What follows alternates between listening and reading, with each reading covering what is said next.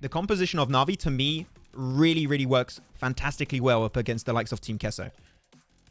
So I'm wondering, so I could have sworn back in League PC, Lee Sin could reveal stealth targets with his 3 ability.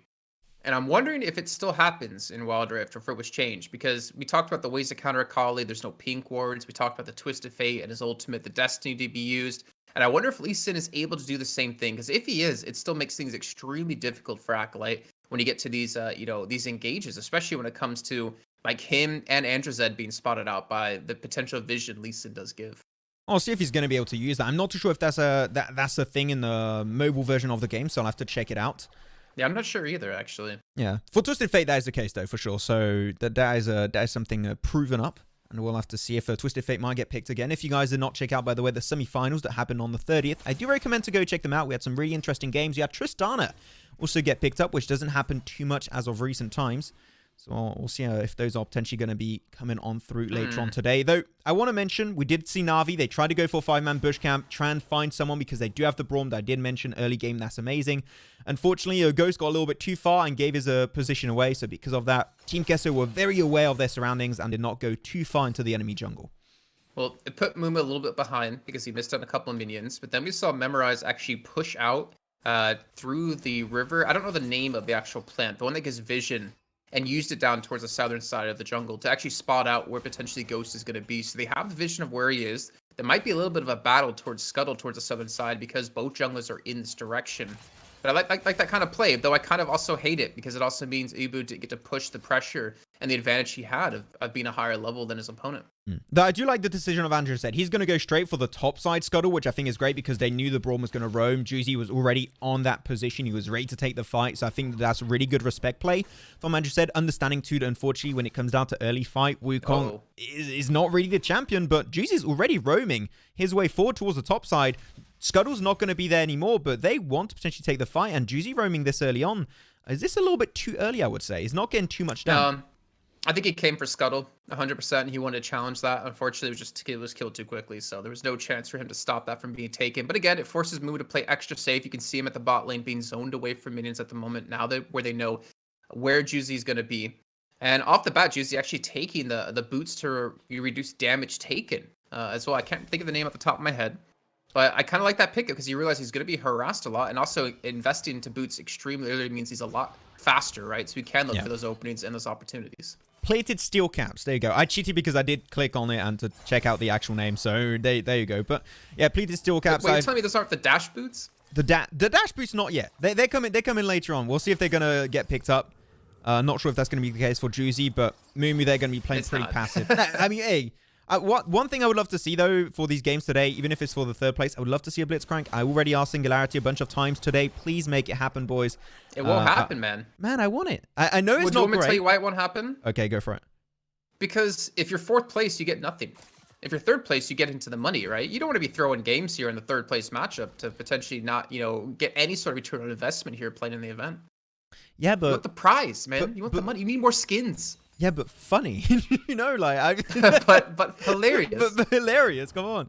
Though I do fully agree. And in case you guys are not too familiar with how the tournament runs here, this prize pool for first, second, and third and fourth position, unfortunately, get the big fat bubbles. So nothing come into their name as of right now, unfortunately, for them.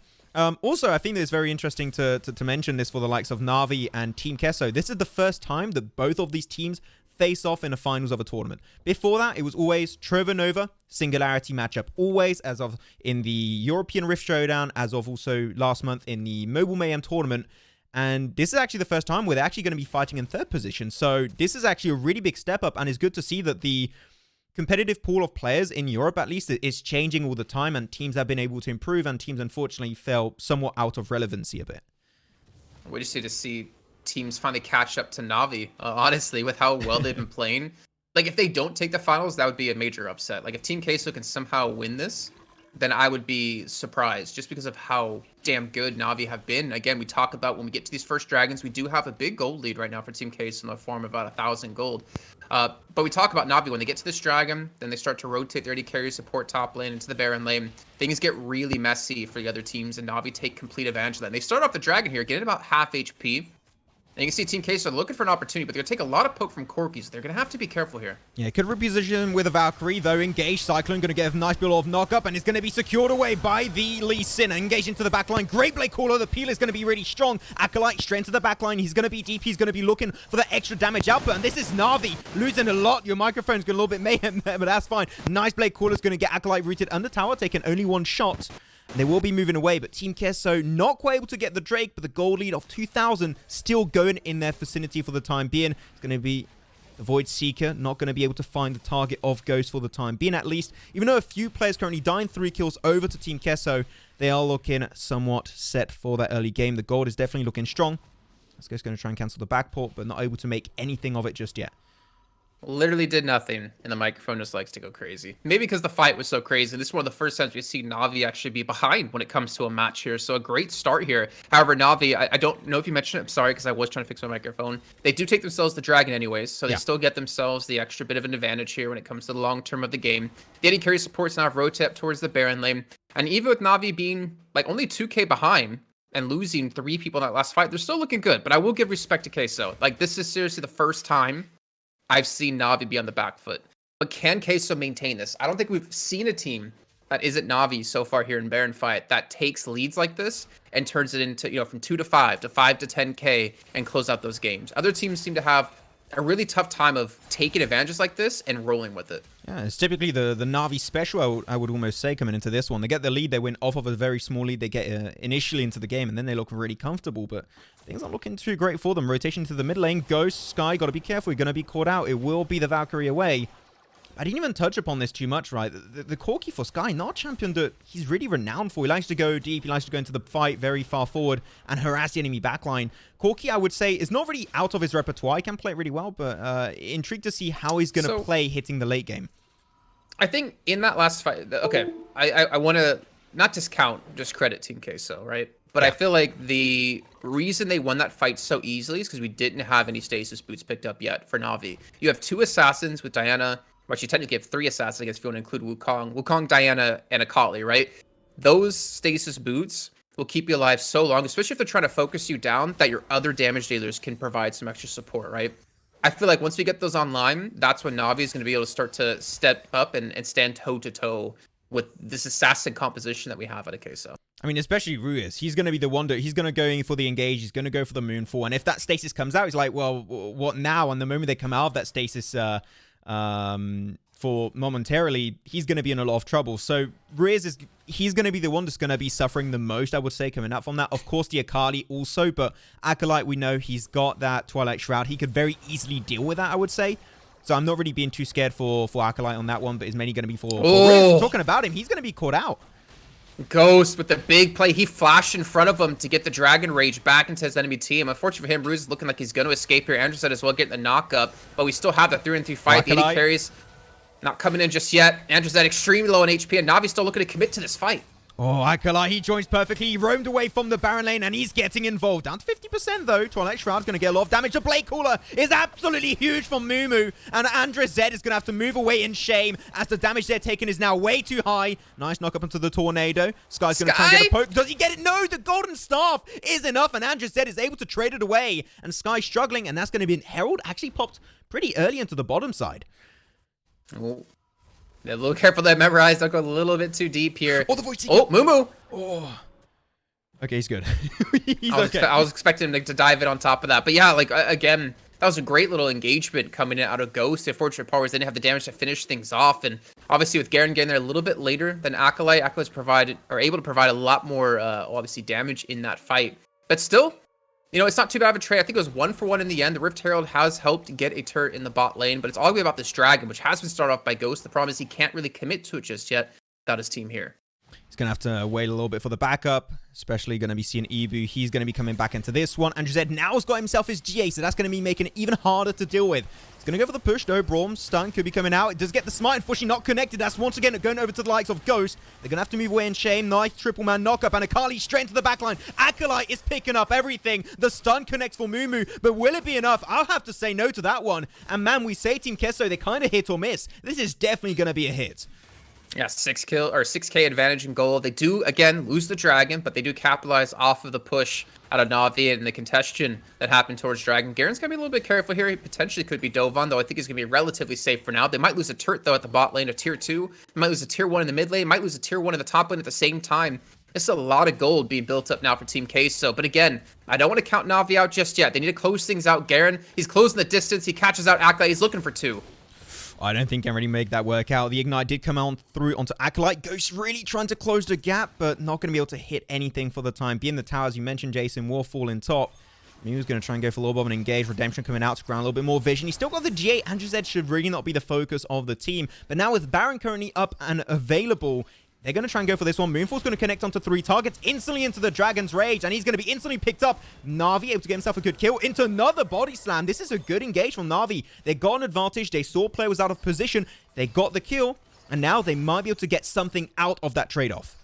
Yeah, Queso, they need to be careful, right? They cannot afford to give away deaths like this. Ghost just gets jumped on extremely low in HP to be finished off. Acolyte, who just enters back into his shroud and pops the stasis as well. Glacial Fisher's going to come through, knocks him up into his death. Again, Na'Vi, even with them being this far behind, they're still finding kills, and this is what makes them so damn dangerous, Max. You can never count out Na'Vi, and you still have to play to perfection if you want to beat them. Such a good stasis in chart, I do have to mention for Acolyte. He dodged the second he saw that body slam was coming his way, and that was perfect timing. There, triple man knockup. Not sure really that was necessary. Explosive cast, going to try and disrupt a little bit the composition and the positioning into a Blade Caller. The J is now going to be popped away, but the Moonfall comes out. Riz will not be able to find anything for the time being, and that's Ibu going straight for the backline, and unfortunately was no backup. Having to now flash away, and Lee Sin is going to be time to pick up all the kills. Riz is going to be too far away. The Dragon's Rage puts him right into the body slam pickup of Garen, and that might just be another kill double for Ghost. And this guy, we know him, he is legendary on this Lee Sin, even if he's behind. This is why you can't count Na'Vi out. Ghost can be jumped on. Great safeguard over the wall. Sky comes in as well to help assist this one. So they've been able to claw back in terms of the kills, right? Down by 3 kills. The gold lead only 7K. Well, only 7K. To be fair, 7K is a lot of money to be behind for a team. But I have to say, Max, for me, I know we did see Trovonova take a match off of Na'Vi before, but only one in the series. But I don't think I've ever seen Na'Vi be this far behind. I think we always talk about when it comes to Wild Rift how hard it is to come back in games, right? Especially when you hit that 10K point. But in general, like being 7K behind 12K or 12 minutes in is still extremely far. I wonder if Na'Vi is going to be able to find the equation, figure out how the hell can you come back in a match of Wild Rift with being this far behind. I will say, though, the 2 Drakes they do have is a massive advantage for themselves. Keeps them really close into this one. Yeah, they're behind in gold, but what they're going to get long-term from those buffs is going to be fantastic. I think especially the next Drake is going to be Ocean, is going to be the most impactful one of the bunch to spin picked up just yet. And I think especially for the likes of Sky and also the likes of Ghost and Mumu, that's going to be the most interesting one. It could allow them to scale back into this game. We got to mention, it was 9,000 gold lead earlier. He has been starting to reduce. Team Queso starting to lose that advantage very slowly but surely. So we'll see as Acolyte, be careful, but he can jump over. Ghost is going to be completely fine with now only 20 seconds to go. This next fight might just be the deciding factor because we have been seeing Na'Vi get himself in a really comfortable position, especially goes 4-2-2. But the main issue is that it's down to the mid towers. I got to mention, Team Queso got the first tower in mid, and now they got control of the river, and jungle's a lot easier to breach for them. And there's no stasis boots for anyone on Na'Vi's side, whereas for Team Queso, they have 3, so they have extra longevity in the fights. They have the healing from Janna. Okay, he literally just got them on his last back then. Because he didn't last time I checked. So we do have the 1 and the double redemptions to come through as well. But you can still see Team Queso, even with this lead they have, they're still so scared to fight, which is so crazy to me. Because if you saw Na'Vi with this kind of lead, they'd be like, yeah, all right, we're just going to run through your entire team because we know we can beat you in these fights. I think Queso are giving much due respect to Na'Vi at the moment. I mean, I think it is deserved respect in a way. I mean, they've made a really big name for themselves in this tournament, though there's no GA still up and available for the likes of Andres said. He hasn't respawned up, so if he goes for the dive and he dies, unfortunately, your game over. Memorize going to be pushed him forward. Nice fight, man. Moonfall coming on through. What an insane dive coming out from Riz, but unfortunately, seemed like it's going to go up against them. Glacial Fisher healing a really good amount for the entirety of Na'Vi. And as Acolyte onto the backline, Garen taking a lot of severe damage. The basic stacks is what you need, but they can't quite connect it. Acolyte will get stunned away, but will be able to go golden in the last few seconds. And Ghost is going to go absolutely rampant into the backline. We'll be able to heal up, but man, they're all just so damn low. And yet Team Queso are able to win the fight. But the blue, the Ocean Drake, once again goes over to Natus Vincere. But the death timers, they're starting to get extremely long, right? The longer we get into the game, the more impact you can pull off from fights like this. Only losing 1 player. And again, they had 3 stasis enchants. I believe they used all 3 in that fight. We did see Memorized, who was in the pit. He got zoned out of the pit. Actually got knocked into the pit by Sky here with his Valkyrie. Actually pushed him into that position, forced the flash away, and he wasn't really in the fight. But Team Queso, are they really going to be able to take this Baron off of this? They're going to be having so many cooldowns on stasis boots. For, I guess, Na'Vi, down says Ghost isn't alive, and he's just been so solid in locking down these objectives. It looks like Team Queso will pick up the Baron.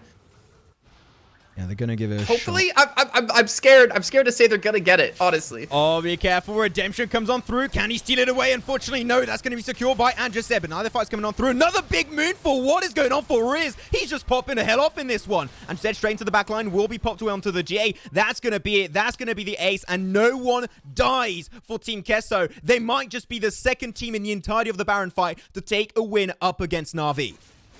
They should at least be an inhibitor off of this. I mean, 30 seconds left. They could probably just finish the game, to be honest, especially if they just channel around the damage being taken here. And like you said, this is going to be the first or second time we've ever seen Na'Vi drop a match here in Baron fight. And it's going to be happening here in the grand finals. It's not where you want to have it happen here. Team Queso really showing up when they need to. And they've done it. They're going to pull off the victory here, Max. Hey, we say it's a hit or miss for Team Queso. Some days they're just looking a little bit under the weather, and some days they just take games up against the best team in the tournament yet.